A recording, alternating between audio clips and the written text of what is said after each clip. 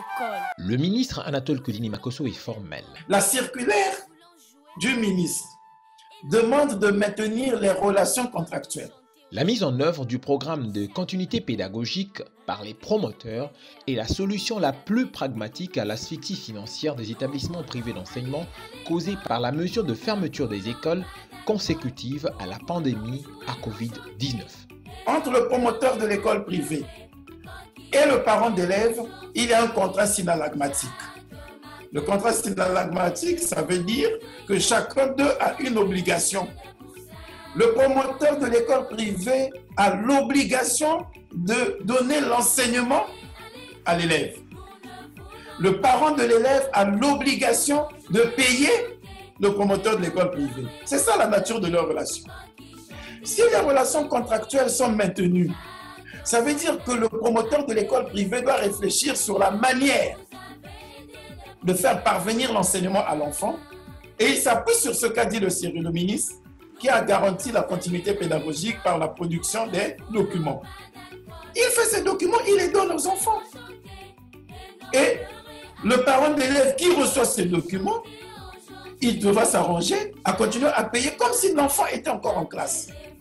Ce point de vue soutenu par le gouvernement à travers son ministre de l'enseignement primaire, secondaire et de l'alphabétisation va dans le même sens que le souhait exprimé par plusieurs parents d'élèves, tant du public que du privé, pour qui le rattrapage des leçons du 3e trimestre est un besoin réel. C'est du moins le constat fait à l'école Joseph Perfection de Ngoyo à Pointe-Noire. Certains parents sont venus me voir pour dire mais mon enfant, pour qu'il passe par exemple en 3e, en terminale l'année prochaine, il faudrait qu'on fasse quelque chose. Certains sont pour. Madame Edwige Niali, promotrice de l'école La Nouvelle Pépinière, que nous avons joint au téléphone, affirme aussi avoir été contactée par plusieurs parents qui ont exprimé le même besoin. Les parents sont d'accord, dans la mesure où si on compte les mois, ça ferait presque 7 mois sans activité pour les enfants et nous savons tous les conséquences que ça peut avoir. C'est les 7 mois d'inactivité, c'est pas tellement finir un programme, mais c'est 7 mois, si on voit de mars en septembre, ça fait presque 7 mois d'inactivité pour les enfants et ça peut avoir des conséquences très graves.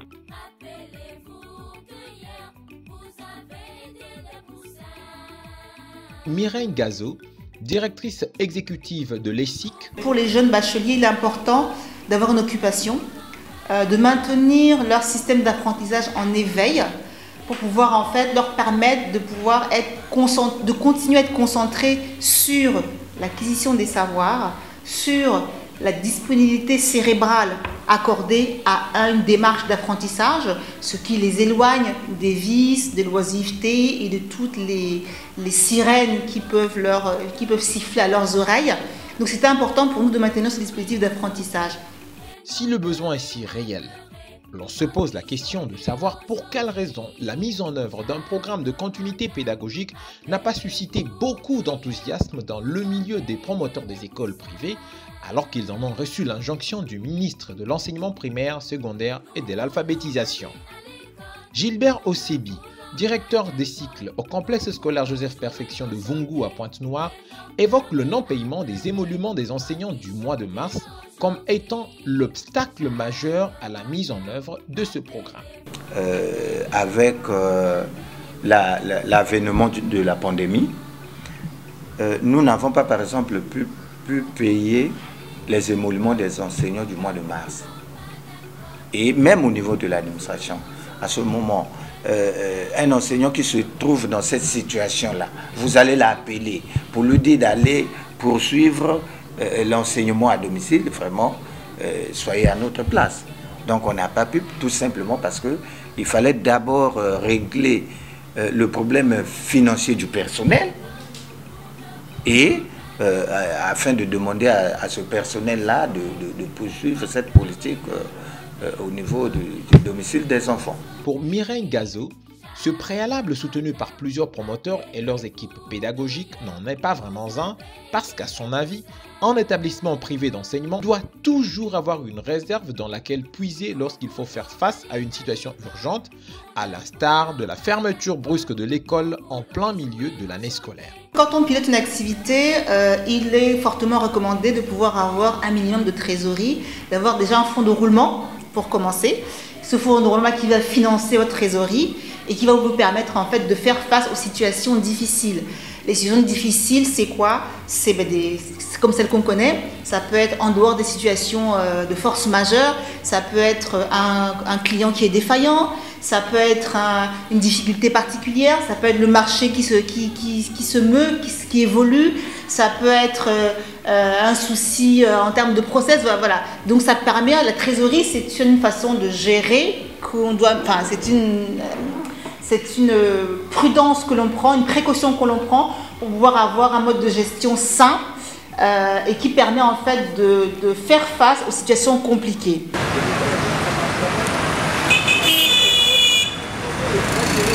Un autre avis est celui d'Alain Mukwanga, directeur général du complexe scolaire Betsalel à Pointe-Noire. Pour lui, la mise en œuvre du programme de continuité pédagogique tel que préconisé par l'État est un travail laborieux et contraignant. Même si on pouvait mettre les kits, les documents à la disposition des parents, est-ce que tous les parents ont la possibilité de comprendre ce qu'est dans le document? Et si on pouvait mettre les enseignants en mouvement? Je prends l'exemple d'une classe qui a 30 élèves. Et on va demander à un enseignant de passer auprès des parents, auprès de ses familles pour aller expliquer. Bon, consacrer peut-être 1 heure auprès de l'enfant pour essayer un peu d'expliquer. Mais il va passer dans la journée, il va passer dans combien de familles et dans la semaine, il va passer combien de familles. Vous voyez que le taux de passage sera largement réduit par rapport au fait qu'il aura affaire à 30 élèves. Aujourd'hui, il passe dans la famille Tachi, demain, dans la famille Mavunga, ainsi de suite. Donc, chaque enfant aura la possibilité que l'enfant se retrouve devant le maître sera largement réduit. Pour Paul Adzou, le promoteur de l'école La Sorbonne, les parents d'élèves ne sont pas prompts à réagir positivement à ce programme. La logique du Congolais voudrait qu'on ne paye que parce que l'enfant va à l'école. Le dimanche, l'enfant ne va plus à l'école, le parent ne paye plus l'école de son enfant. Donc cette solution proposée par le gouvernement, au niveau de la pratique, nous paraît impossible. On ne peut pas mettre en œuvre cette façon de faire. Comment recouvrer les frais d'école du moment où l'enfant n'est pas venu à l'école? C'est vrai, le contrat est là. Le contrat avec le parent, c'est l'inscription. Il inscrit pour 9 mois, il doit payer pour 9 mois.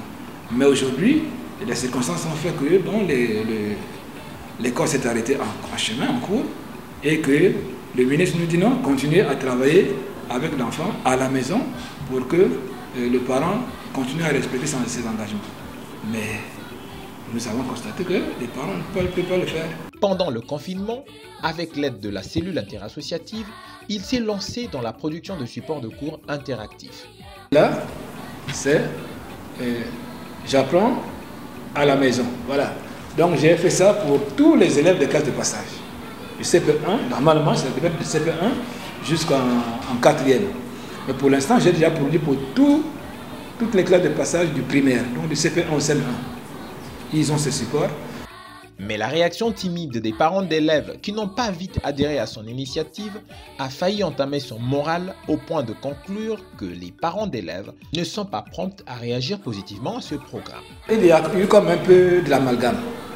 Du moment où le ministre avait dit qu'avec les moyens des 2 premiers trimestres, l'enfant peut passer au redoublé, pour les parents, l'école était finie. Voyez-vous, c'est d'abord ça qui a causé préjudice. Or, si on avait demandé qu'il faudrait que les enfants terminent le 3e trimestre, même à domicile, et vous calculez les moyennes avec les 3 trimestres, en ce moment, les parents devaient s'intéresser. Or, au jour d'aujourd'hui, le ministre a déjà annoncé que les cours se sont arrêtés au mois de mars. Vous calculez et vous faites la moyenne. Dès que l'enfant a la moyenne de passage, il doit aller en classe supérieure. Ce qui a peut-être, à mon avis, bloqué l'engagement des parents. Cet avis du promoteur de l'école La Sorbonne n'est pas soutenu par la réalité vécue sur le terrain par Jean Didas Dachel Munzeo. Je suis professeur certifié d'anglais et en même temps aussi, pour plus de précision, je suis aussi interprète bilingue en anglais-français. Nous l'avons croisé dans la commune de Tietie. Ce professeur parvient à convaincre les parents qui inscrivent leurs enfants à son programme de formation à domicile. Tu nous avais dit la fois passée un enfant de la classe de 6e. Pratiquement, ils sont deux. Oui, oui. Classe de 6e. École publique. École publique. Non, ici c'est l'école privée. Les deux, c'est l'école privée. Les deux, c'est l'école. Maintenant, l'école publique, L'école publique, c'est de l'autre côté là. Vu les décisions ou les mesures prises par le gouvernement, je me suis posé la question, mais pour ces autres niveaux-là, que deviendront donc ces enfants-là, nouvellement arrivés au collège?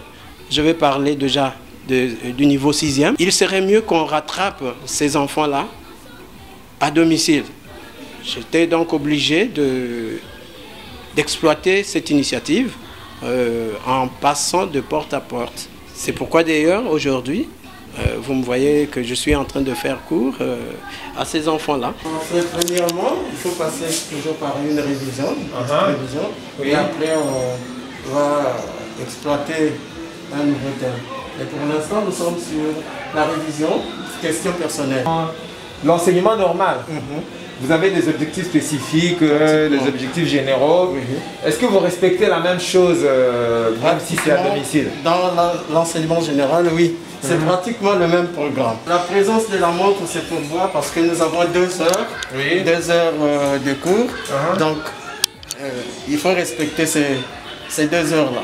Et le programme suivi est tiré du livre-programme de l'INRAP. Le guide pédagogique, qui me permet donc de suivre. En termes de résultats, Dachel, qui a plus de 5 ans d'expérience dans l'enseignement privé, estime obtenir les meilleurs rendements à la maison que dans une salle de classe. À domicile, l'enfant est très attentif. Ici, l'enfant n'a pas le temps d'aller, de suivre le mouvement des autres, peut-être qu'ils sont dans une autre classe, le tapage, le bavardage, le chantage et autres des amis. Mais au moins à domicile, l'enfant suit attentivement. Moins d'erreurs, ce n'est pas le surveillant qui va réagir, c'est vous-même d'abord l'enseignant qui mettez la discipline. Et à côté, si l'enfant est très récalcitrant, vous lui dites non, sinon je vais signaler à papa ou bien à maman, vous voyez. Déjà l'influence de papa et maman aussi, ça compte. À la question de savoir le nombre de parents qui souscrivent à son offre, voici la réponse que Dachel Mundeo nous a donnée. Depuis le début du travail avec ces enfants, s'il y a 10, je peux dire déjà qu'il y a au moins 6 qui ont déjà accepté de fond en comble de travailler avec moi, bien sûr. Je peux compter déjà 8 à 10 familles qui ont accepté. Quand je parle de famille, c'est pour dire que dans chaque famille, il y a des familles où ils ont 2 enfants, et il y a des familles où ils ont 1 enfant. Dachel Mundeo n'est pas d'ailleurs le seul enseignant à s'être lancé dans une telle initiative. Dans une famille que Dachel nous a fait visiter, le programme de l'une de ses élèves commence par le cours de mathématiques. Ça, c'est pour le niveau 5e. 3e trimestre. Et Dachel intervient juste après. Donc ça veut dire qu'elle aura son programme de cours à domicile, le prof de maths passe, le prof de français passe, ainsi de suite jusqu'à ce que l'enfant ne puisse pas perdre. Donc toi tu es à l'école publique, c'est ça? Elle est aussi dans une école privée. Nous voulons aller à l'école, nous ne voulons pas d'alcool. Mais où est le problème alors? Madame Edwige Miali pense plutôt que la vraie raison qui empêche les promoteurs à orienter leur stratégie vers une solution à domicile telle que préconisée par le gouvernement, c'est le caractère novateur de l'initiative et l'inertie dans laquelle promoteurs et leurs équipes pédagogiques se sont enfermés. C'est une nouveauté et toutes les nouveautés sont difficiles à passer dans la pratique. Je pense que c'est simplement une nouveauté, c'est une lourdeur des promoteurs, mais je pense que dans la pratique, ça peut se faire. En tout cas, peut-être pas pour tous les parents. Bien sûr, ceux qui peuvent se soustraire au paiement se soustrairont toujours, se soustrairont volontiers au paiement de leurs dû. Mais ceux qui en sont inquiets pour leurs enfants, je pense qu'ils vont adhérer à cette solution. De ce qui précède, il s'y est à retenir que l'organisation de l'enseignement à domicile ayant déjà été encadrée par les textes légaux, les promoteurs des écoles privées devraient plutôt focaliser leur énergie à créer les conditions favorables à l'encadrement à domicile de leurs élèves et, conformément à la circulaire numéro 02-20 MEPSA-CAB, négocier des accords avec les enseignants et les parents d'élèves pour en assurer le succès. la circulaire a dit que les relations de travail entre les établissements scolaires et les enseignants doivent être maintenues. C'est clair. Les relations contractuelles entre les promoteurs d'établissements et les parents d'élèves sont maintenues. Donc, si les promoteurs d'établissements avaient assuré leur travail de continuité pédagogique, ils devaient utiliser les mêmes enseignants pour préparer les cours ou même pour aider à distribuer les cours aux familles. On aurait réussi. Et les parents qui auraient reçu les cours n'auraient aucune raison de ne pas payer le mois. Ce n'est pas possible. C'est un contrat. Je vous ai fait parvenir l'enseignement, y compris dans la maison. Oui. J'échangeais tout le temps avec vous par SMS, par WhatsApp. Oui. Vous payez. Pour les parents d'élèves, principale source de financement du secteur privé d'enseignement, la mise à niveau de leurs enfants est un besoin réel. Ce besoin va au-delà des seuls élèves inscrits dans les écoles privées. Quand je vois, c'est pratiquement au milieu, hein, s'il vous plaît. C'est au milieu. C'est les deux types des écoles confondues, publiques que privées.